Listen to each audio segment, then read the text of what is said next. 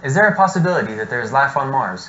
Could life have ever existed on Mars? These questions have intrigued many for well over a century. So far, the answer from the 7 robotic missions sent there has been a resounding no to both questions. There are several scientific obstacles to Mars' ability to sustain life. The first is that Mars has a very thin atmosphere with very little oxygen.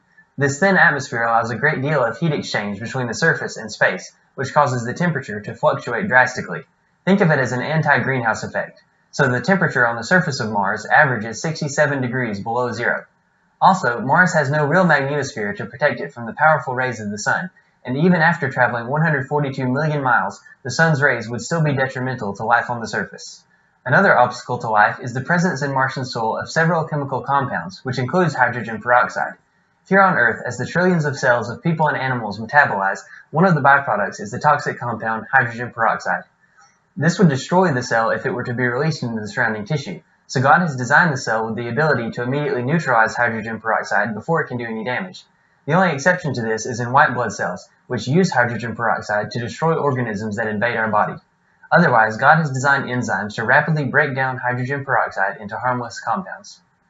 So far, no life, or any alleged precursor to life, has been found in Martian soil.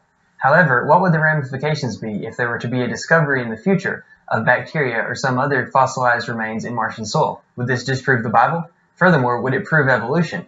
The answer to both questions would have to be no.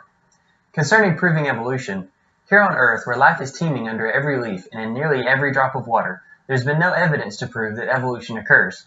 It has no beginning and no real scientific mechanism to drive it. In fact, evolution provides no basis for the spontaneous generation of life, so it has gone elsewhere in the universe, such as seeding by asteroid or the planting of life by an alien race, to find its beginning. Of course, this just moves the problem to another star system. So to say that once living things found on Mars proves evolution is ridiculous. So what if we did find once living things or small fossils on Mars? What would that say? We find rocks from Mars here on Earth all of the time. In fact, in the ice sheets of Allen Hills, we found a fairly large piece of Martian rock in 1984.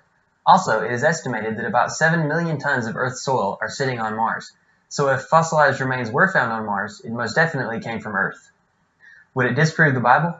No, it would not, and many have tried throughout the years. The Bible has been attacked in every century, yet it still remains. This testifies that the Bible is more than a mere book. It is the Word of God and can be relied upon for all things. In orbit over the seventh planet from the Sun, Uranus. There are many curious things about this cold and distant planet, one of which being that it spins on its side. According to standard theories, besides the fact that Uranus should not even exist at all, there is a big problem with the fact that it spins on its side, because according to the nebular hypothesis model, each planet should be formed the same and should spin the same around the central sun. But this is not the case with Uranus. It rolls like a ball around the sun. In fact, the small rings around the planet make it very obvious to see that it is tilted over on its side. So what do evolutionists do when this directly contradicts their theory? Easy.